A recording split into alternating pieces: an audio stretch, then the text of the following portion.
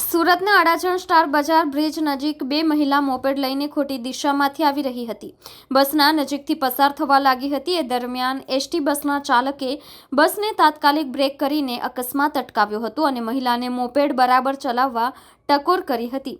ટકોર બાદ મહિલા ઉશ્કેરાઈ ગઈ હતી અને ડ્રાઈવરને ઉપરા છાપરી 3 તમાચા મારી જાહેરમાં અપશબ્દો બોલવા લાગી હતી. સમગ્ર ઘટનાનો વિડીયો હાલ સોશિયલ મીડિયામાં વાયરલ થયો છે. હાલ પોલીસે બે અજાણી મહિલા સામે ગુનો નોંધી કાર્યવાહી હાથ ધરી છે. બેન, બસ ચાલે છે તો જુઓ. ડ્રાઈવર સુરતના અડાજણ વિસ્તારમાં મોરા વિસ્તારમાં જતી એસટી બસના ડ્રાઈવરે પરિસ્થિતિ પર કાબુ પાડી અકસ્માત ટાળવા માટે ઝડપી નિર્ણય લેતા એક અકસ્માતની ઘટના બનતા અટકી ગઈ હતી.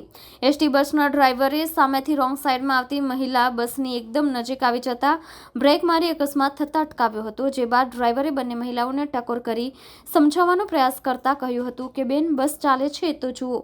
ડ્રાઈવરને ધડાધડ 3 લાફા ઝીકી દીધા. ડ્રાઈવરે અકસ્માત ટાળવાની સાથે કરેલી ટકોર મહિલાને ન ગમી અને તેણે ડ્રાઈવરને ખોટી રીતે આડેધડ અપશબ્દ બોલવા લાગી હતી.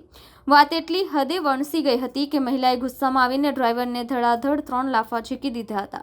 મહિલાએ માત્ર એટલું જ ન કર્યું પરંતુ પોતાના અન્ય લોકોને પણ બોલાવી ડ્રાઈવર સાથે વિવાદ કરવા લાગી હતી. આ ઘટનાના કારણે બસના અન્ય યાત્રીઓ પણ આશ્ચર્યચકિત થઈ ગયા હતા. જોકે ડ્રાઈવરે પોતાનો સંયમ જાળવવા માટે પૂરતો પ્રયાસ કર્યો હતો.